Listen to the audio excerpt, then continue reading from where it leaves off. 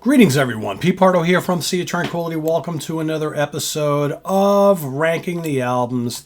Today we're going to take a look at the fairly short, they got a handful of albums, discography from a very cool Swiss heavy metal band. They're considered one of the new wave of traditional heavy metal bands that are out there. All female, all great. The band is called Burning Witches. Like I said, they've got 5 studio albums to their credit. I'm going to rank them as I like them. I've had the opportunity of seeing this band live. Also, they are pretty damn terrific. And I think that they play in a style that would please most people who have grown up on heavy metal over the last, 40 plus years. So let's take a look at the current lineup of the band while we're at it. So currently we've got on rhythm guitar and backing vocals, Romana Kalkul. We've got Janine Grob on bass, Leila Frickschnet on drums and backing vocals, Laura Gouldemond on lead vocals, and on lead guitar, Courtney Cox. Of course, she is not Swiss. She is an American player. She's brand new to the band. She joined after they recorded and released their 5th studio album. Right before they went on tour, they made a change. They brought her on board, and she has been in the second guitar slot ever since. Formerly in the band, we also have Serena Telly on lead vocals up until 2019, Alea Weiss on lead guitar from 2015 to 2018, Sonia Neuselder on lead guitar 2018 to 2020, and Larissa Ernst on lead guitar from 2020 to 2023. So as you can see, they've had a lot of lineup changes on the lead guitar front. So hopefully Miss Cox, this will be her longtime home and her considerable talents, right? Of course, you remember her from the Iron Maidens. She part of a very popular band, especially here on the East Coast in New York, so in the U.S. So let's take a look. So like I said, we've got 5 studio albums. I have all of the hard copies except for one of them. I'm going to rank them as I like them. You are invited to rank them as you like them down in the comments below. If you've never listened to this band before, well, hopefully after this episode, you've got some ideas about where to go start your journey with Burning Witches. So let's start with number 5. Number 5 is the only one I do not have a hard copy of. That is their debut album from 2017, simply called Burning Witches. It was released on Nonstop Music Records. To me, right off the bat from the very, very first track, sounds like a female version of Primal Fear, the great German classic metal, power metal band. There's a lot of Judas Priest influences in their music all throughout their catalog. I think original singer Serena Telly, she's excellent in spots, maybe not so excellent in others, but I think she gets the job done. I think she was a good choice from the beginning for this particular band. I don't really dig her when she's trying to do more gruff, kind of tough, extreme stuff. This band is not an extreme metal band, so don't get worried. This is not a death metal or black metal band. But oftentimes, she tries to do this more, thrashy, gruff delivery, and maybe she's not best for that particular vocal style. When she's doing the high-pitched melodic style, she's really, really good. On this album, we've got Black Widow, full-on speed, head metal, non-stop riffing, pinch harmonics all over the place. Like I said, if you like Primal Fear, you'll dig stuff like this. Burning Witches, great anthem. Bloody Rose, kick-ass riff. One of my favorite tracks on this album, Bloody Rose, really, really good. You got the mid-pace, The Dark Companion.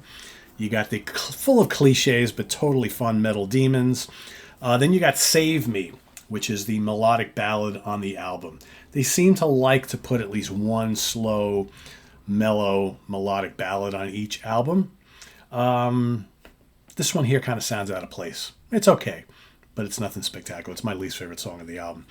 You got Creatures of the Night, which has some blazing drums, manic riffing, really good track. We Eat Your Children, it's kind of a strange song title, right? Another good metal track. Although on this song I hear like Serena's vocal limitations kind of pop up a little bit on this song.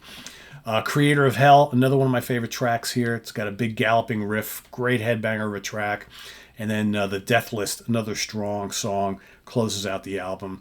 And then also, depending on the edition that you get, most of their CDs anyway have a bonus track or two, and they're usually always covers. On this particular one, you get the Judas Priest classic Jawbreaker. Good stuff, right? It's a very solid rendition. In my opinion, this debut is a solid album. I think they would only get better from here. So number 4, I'm going to go with Hexenhammer. Their second album, first for Nuclear Blast Records. And starts off really good. You get a song called Executed. It's also the last with singer Serena as well. Executed, kick-ass Judas Priest, Primal Fear style belter. Wailing vocals, screaming guitars, big riffs. You got Lords of War, catchy, anthemic headbanger of a track. You got the memorable Open Your Mind. Then you got the mellow song, Don't Cry My Tears. It's okay. To me, like I said, sometimes these mellow tracks of theirs, it's like they feel they have to put one on every album, and it kind of like stalls the momentum for a little bit. But it's not terrible. You got the big crushing Maiden of Steel, excellent track. Dead Ender, another really good one. Total headbanger, total Judas Priest worship on that one. Love the riffing. You get the title track, Hexenhammer, which is nearly 7 minutes long. Again, more classic Priest-style metal. Strong vocals from Serena on that one. You get the big manic riffing, but totally melodic song, Possession. Drums are just killer on that. And you get the heavy Man-Eater. And then to finish it all off, you got a fun cover of Dio's Holy Diver. All in all, Hexenhammer. Good stuff.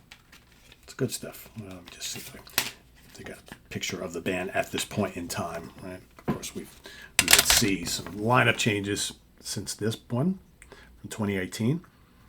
But that is my album number 4, Hexenhammer. Number 3, I'm going to go with their third album, Dance with the Devil.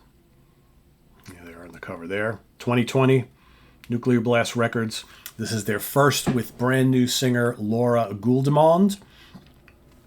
She is not from Switzerland. I'm trying to remember if she was Swedish. I think she's Swedish. Maybe she's German. Maybe she's Norwegian. I don't quite remember. I met her in person. I know we talked about it, but I don't remember. It was a while ago. Anyway, production values on this seems to have been kicked up a notch. I really love the sound of this album. Laura, right off the bat, shows her commanding pipes on Lucid Nightmare. You know, she's kind of similar to Serena, but she's got plenty of Halford in her. She's got some Ralph Sheeper. She's got some Warrell Dane all in her arsenal. Really good singer. She can do the manic metal stuff. She can do the more melodic stuff. She can kind of do it all. And she's a great front woman. I mean, she's really, really good on stage. Dance with the Devil, fun, catchy metal anthem. Lots of tasty twin guitars. You got the big crushing Wings of Steel, which is a total masher. Really like that a lot. It's one of my favorites on here. 6 Feet Underground, again, more great riffs. And then you got Black Magic. That's the mellow ballad. Again, they want to seem to throw one on every album, and usually it's kind of right in the middle. It's like, whatever. But Laura's really good on this. Again, she can sing all the spectrum, any kind of metal she can do. She's got a really great range. Then you have the Raging Sea of Lies, not to be confused with the Symphony X track. You got the mid-pace Priest-style ripper, The Sisters of Fate, which I like a lot. But then they go from that to the absolutely pulverizing Necromonicon, which could be my favorite song on here and one of my favorite tracks from them in total. Amazing song, amazing riffs, really, really good. Necromonicon, go check that one out. The Final Fight, it's kind of like more catchy, fist-pumping Priest-style anthem, really good. Kind of sounds like Warlock a little bit, mainly due to the vocals. You got the big, heavy threefold return, and then let's finish it off with another cover. Let's do Manowar's Battle Hymn. They even bring on board Ross the Boss to play some guitar, and Mike LaPond from Symphony X on bass. And Laura sings really, really well on this. You know, she can totally do the Eric Adams stuff. Yeah, another really strong album. It's my number 3. My number 4. I'm sorry, my number 2. Sorry, going the wrong direction here. My number 2 is going to be their latest, their 5th and most recent album from 2023. The Dark Tower. Always love that cover. So by now they have moved on to, excuse me, Napalm Records. All right. After being with Nuclear Blast for a few albums. But like I mentioned before, by the time the album comes out and the tour starts, Courtney Cox from the Iron Maidens has joined on lead guitar. So this, hopefully we will see her on the next studio album. She replaced Larissa Ernst. They had, like I said, they had a lot of changeover on the lead guitar front from album to album. Unleash the Beast kicks it off after the little short Rise of Darkness. They like to do these little intros and things like that. But Unleash the Beast kicks on. Go watch the video. It's lots of fun. Highly memorable heavy metal song. Great chorus. Plenty of guitar pyrotechnics. I mean, it's really, really good. You got Renegade, mid-tempo, priest-style banger, really good. Evil Witch, also very priest-like, but sounds more like kind of like Painkiller era Priest. Really good, fast and furious. You get the catchy World on Fire. You get the haunting and dark ballad Tomorrow. That I don't mind, because it's like it's kind of heavy, it's kind of haunting and dark sounding. It's pretty good. Then you get the Dark Tower, which is almost 8 minutes long. Epic, epic metal. It's one of my favorite tracks on the album, and I think Laura is amazing throughout. She delivers a memorable chorus. She does different vocal styles. Really, really good. You got the melodic, soaring Heart of Ice. Arrow of Time, decent, kind of generic, not one of my favorites on the album. But Doomed to Die is a really good kind of like chugga chugga metal anthem. Really good song. Into the Unknown, another longer piece on the back end of the album, and it shows how good they are at writing these like more extended, intricate pieces, right? Really interesting arrangement on it. Nice guitar work and layers and things. Great lead guitar. Really good. I'd like to hear them expand more on this kind of like epic style too.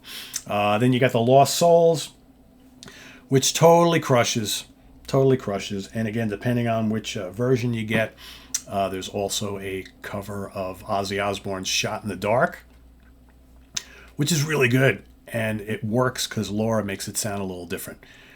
They also, for this album, did a cover version of I Want to Be Somebody by Wasp, which is pretty cool too. So yeah, really good album. Could be my number 1 if it wasn't for my actual number 1. And that would be their 4th album from 2021 called The Witch of the North. Last album for Nuclear Blast Records, at least for now. I really like the opening acoustic guitar and chorus sounds of Winter's Wrath, which kind of sets you right in the mood for The Witch of the North, which comes blasting in. Great metal anthem. I think Laura is doing some great soaring melodic vocals, and then she does more of like kind of like the throaty, gravelly type of thing. So she's playing like almost like playing a couple parts in this song. Really, really good. Really good. Riffs are great. Tasty twin leads all over the place. Drumming is amazing. Really good. Then you got Tainted Ritual, which is blazing fast. Plenty of chug-a-chug on the rhythm guitars. Plenty of lightning leads. Really good. We Stand as One. Just good fist-pumping heavy metal anthem. Sing-along chorus. Really good. And then you got the mid-paced melodic Flight of the Valkyries with a great vocal from Laura. And I like how the beginning is kind of like atmospheric and regal and majestic, and then the midway point it turns into this frantic speed metal ripper that takes you out through the rest of the song. So good. Probably not my favorite song on here. You get the memorable headbanger, The Circle of Five. You get Lady of the Woods, which is kind of the moody, ballady track on this one, but it's still pretty mid-tier heavy. It's good. And again, Laura singing up a storm. So good. Great lead guitars on this one as well. Then you got Thrall. A lot of blazing guitars all over the place on that. It's close to speed metal. Get Nine Worlds. It's just big, crushing, and heavy. Then you get lots of cool riffs and twin harmony guitars on For Eternity, which is a really cool, memorable track. Then you got Dragon's Dream, which is just blazing start to finish. loads and loads of kick-ass guitar riffs and solos all over the place. I mean, these chicks can play. They can play, and the guitar playing in general is always absolutely top notch on here. And I think Laura on this particular one is taking on more of like a venomous tone, which I think is really cool. And again, depending on the issue that you have, which version you got, the cover song from these sessions is "The Hall of the Mountain King" by Sabotage, of course, and it's nicely done. Nicely done. So yeah, I think start to finish, I think this one to me just has more of the really memorable epic tracks, and I like this one slightly more than the Dark Tower, but these easily are my favorites. And then, obviously you go with the rest. You go with Dance with the Devil, Hexenhammer, and then Burning Witches comes in at number 5. But they're all really good. There's no stinker album here at all. But I think this is a band that has just gotten better and better with each album. And you can make an argument that, and I'm going to do that their 2 most recent albums are easily their best albums. So where they go from here, I don't know, but I'm looking forward to hearing more. So that album, The Dark Tower, came out in 2023. So let's see, do we have another Burning Witches record in maybe 2025? Let's see. So if you're watching, you've never heard this band before, you got some albums to go check out. If you are familiar with them, rank them as you like them down in the comments below. And we'll see you next week for another Ranking the Album show. Visit us on the web at www.seaoftranquility.org. We're on Facebook, we're on YouTube all together, all the damn time. Please subscribe if you haven't already and click on that notification bell so you get alert of all of our content as it posts. And please do hit the like button before you leave. Also down below, we got the links to our Ko-Fi page for channel donations, our merch page, and our Cameo page. Thank you in advance for all your support there. And also we got the membership options down below as well. So thanks again, everybody. We'll see you soon here with more stuff, more Ranking the Albums a week from today. Till then, I'm Pete Pardo. Enjoy the rest of your weekend. And Happy New Year, everybody. Take care. Bye-bye.